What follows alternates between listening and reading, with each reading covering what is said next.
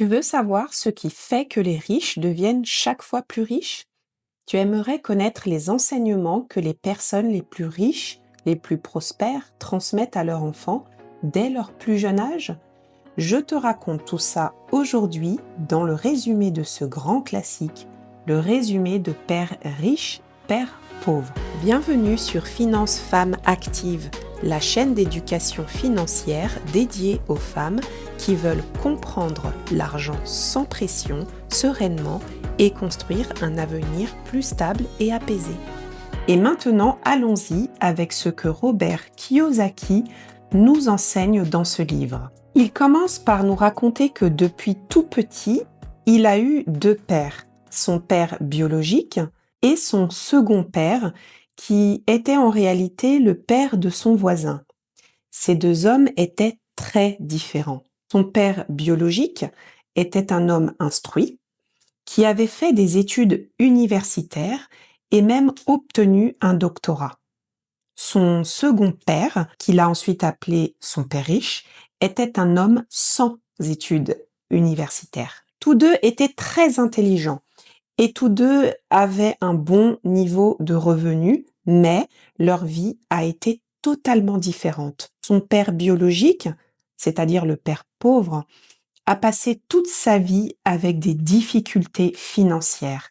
Et à la fin de ses jours, tout ce qu'il a pu laisser à sa famille, c'était un tas de dettes. Son second père, le père riche, a réussi à créer un empire et à devenir l'homme le plus riche de l'île d'Hawaï, où ils habitaient. Alors Robert Kiyosaki s'est posé la question, quelle est, en réalité, la différence entre ces deux personnes? Et ce qu'il a découvert, c'est que leur manière de penser, c'est-à-dire leur mentalité, était complètement différente. Tandis que son père biologique lui disait « Mon fils, fais des études, choisis une carrière, travaille dur, trouve un emploi stable, et ainsi tu pourras faire face à tes dépenses », eh bien son père riche lui disait « Robert, travaille dur pour apprendre comment fonctionne l'argent. Et ensuite, fais en sorte que ton argent travaille pour toi. » La grande question de Robert s'est alors posée, comment puis-je faire pour que mon argent commence à travailler pour moi? Aujourd'hui, on va voir les 5 clés que son père riche lui a transmises pour y parvenir. Mais avant ça, si ce résumé te plaît, n'oublie pas de liker la vidéo et de t'abonner à la chaîne pour ne rater aucun résumé comme celui-ci. Clé numéro 1. La différence entre un actif et un passif. Un actif, c'est tout ce qui met de l'argent dans ta poche. Un passif, c'est tout ce qui retire de l'argent de ta poche. Cette définition est très simple, mais beaucoup de personnes, surtout les plus modestes, les plus pauvres, confondent actif et passif. Par exemple, selon ce que dit le livre, beaucoup de personnes de classe moyenne croient que leur maison est leur principal actif. Mais une maison dans laquelle tu vis implique des impôts, de l'entretien, des mensualités de crédit. Donc, ce n'est pas un actif, parce que chaque mois, elle te fait perdre de l'argent. En revanche, si tu as une maison dans laquelle tu ne vis pas, mais que tu la loues à une autre personne, alors là, oui, c'est un actif. Tu reçois chaque mois un loyer, donc de l'argent dans ta poche. Il est donc essentiel de comprendre cette différence et surtout de se concentrer sur la construction d'actifs. C'est la manière préférée des riches d'utiliser leur argent. Faire travailler leur argent pour eux en construisant des actifs. Clé numéro 2, les impôts. À aucun moment il n'est dit qu'il ne faut pas payer d'impôts ou qu'il faut les contourner de façon illégale. Mais ce que le livre dit, c'est que les plus riches trouvent un moyen légal de réduire leurs charges fiscales. Les plus pauvres, eux, voient les impôts comme leur principale dépense. Le problème, c'est que quand une personne pauvre reçoit son salaire, les impôts sont déjà prélevés, par exemple avec le prélèvement à la source. Alors que les riches, eux, gagnent de l'argent, dépensent et ensuite seulement payent leurs impôts, sur ce qui reste bien sûr. Et, et ils peuvent faire cela grâce aux entreprises qu'ils ont et aux structures juridiques qui les accompagnent. Donc la recommandation, c'est donc d'apprendre sur la fiscalité, sur la législation et surtout de se faire conseiller par de bons professionnels pour trouver des moyens 100% légaux de payer moins d'impôts. Clé numéro 3, la peur. Toutes les personnes apprennent en tombant. Mais quand on se concentre uniquement sur éviter l'échec, on est aussi en train d'éviter le succès. Les riches comprennent que le cycle logique, c'est je me trompe, je corrige, j'apprends, je progresse. Les personnes pauvres, elles, sont obsédées par l'idée d'éviter l'échec. Elles ont peur d'utiliser leur talent, elles ont peur d'investir, elles ont peur de faire travailler leur argent. Cette peur est ce qui les freine et les empêche donc de réussir. Attention, il ne s'agit pas de faire n'importe quoi. Il faut toujours mesurer, bien sûr, les conséquences. Mais souviens-toi, qui évite le risque, évite le succès.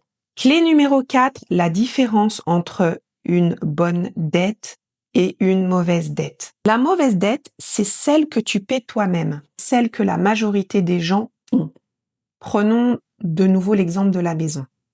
Si tu as une maison dans laquelle tu vis et que tu dois payer chaque mois un crédit immobilier, alors c'est une mauvaise dette. Pourquoi?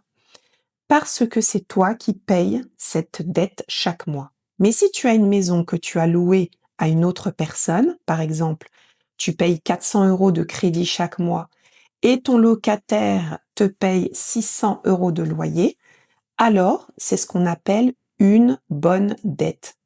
Car celui qui rembourse le prêt chaque mois, ce n'est plus toi, c'est ton locataire. Selon Robert Kiyosaki, même si la mauvaise dette est l'un des plus gros obstacles à notre liberté financière, il ne faut pas démoniser toutes les dettes. Parce qu'une bonne dette peut être un excellent outil pour t'aider à atteindre tes objectifs plus rapidement. Donc, évite à tout prix la mauvaise dette, mais appuie-toi sur la bonne dette pour investir et pour faire travailler ton argent pour toi, afin d'accélérer tes résultats. Clé numéro 5, l'éducation. Le père pauvre de Robert Kiyosaki lui disait constamment « Mon fils, va à l'université, obtiens un diplôme, comme ça tu auras un emploi stable. » Mais son père riche, lui, ne lui a jamais recommandé cette voie de l'éducation formelle. Il lui disait qu'il devait se concentrer sur l'apprentissage réel, apprendre de façon autonome, dans les domaines qui comptent vraiment. Alors, ces domaines sont l'éducation financière, bien sûr, l'investissement, la fiscalité, la légalité, le marketing et la vente. Toutes ces choses qu'on ne t'apprend pas à l'école, mais qui sont celles qui te feront réellement gagner de l'argent et qui feront toute la différence plus tard. Pendant que son père pauvre lui recommandait toute sa vie de se former pour travailler dans l'entreprise d'un autre, son père riche lui disait « Forme-toi, utilise tes premiers emplois chez les autres comme un moyen d'apprentissage, jamais pour gagner de l'argent. Et mets ensuite ton énergie à créer tes propres entreprises et à bâtir ton propre empire. » Donc, si toi aussi tu veux améliorer ta situation financière, ma chère, je te recommande de reprendre ces 5 principes, de les relire et de réfléchir à comment tu peux les intégrer dans ta vie. Et comme toujours, dans chacune de mes vidéos, dans la description, je te laisse le lien du livre. Rappelle-toi, même si Robert Kiyosaki a appris tout ça à 8 ans, peu importe ton âge, il n'est jamais trop tard pour commencer. Le changement est possible, il est beaucoup plus proche que tu ne le crois. J'espère que ce résumé t'a plu. On se retrouve très bientôt pour un nouveau livre. N'oublie pas de liker, de t'abonner et dis-moi en commentaire ce que tu as pensé de ce résumé. À très vite!